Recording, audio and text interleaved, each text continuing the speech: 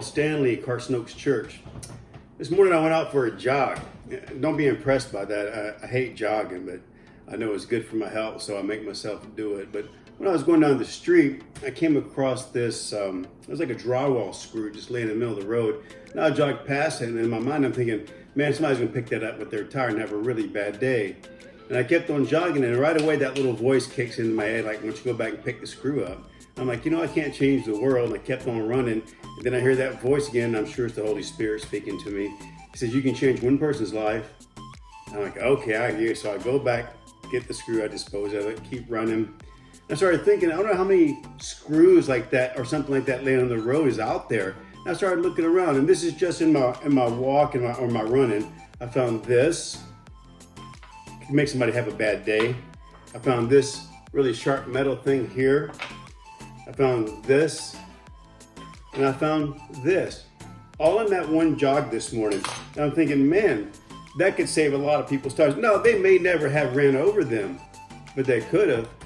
And just by picking those little things up, and don't hear something I'm not saying about myself, but it just made the difference maybe in one person's day, because you've all had a flat tire and you know what a pain that can be.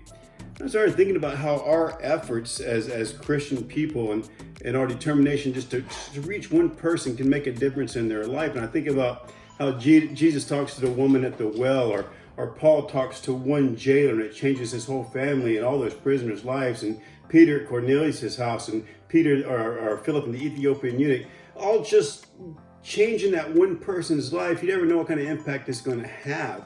If you just impact just that one person, it could have implications far beyond anything you could even think about or begin to imagine. And, like I said, I started looking for things on the road. Imagine if every day we looked for someone's life to change. That's what we do as Christians. We hope to impact the world with the gospel of Jesus Christ. And it's not an overwhelming task if we just look for that one person in our life day to day. Let me challenge you with this. And this is my challenge for you today, and thinking about this. When you pray in the morning, and I hope that you do, ask God to give you just one person that day that you can change their life, or just speak a word into their life, a word of hope and a word of faith and a word of salvation and a word of Jesus Christ. Just ask Him, give me one person that to talk to, and then look for that opportunity. You might be surprised at many opportunities you have to speak life into someone that you meet today. Hey, God bless you. Keep your eyes open, and I'll see you next time.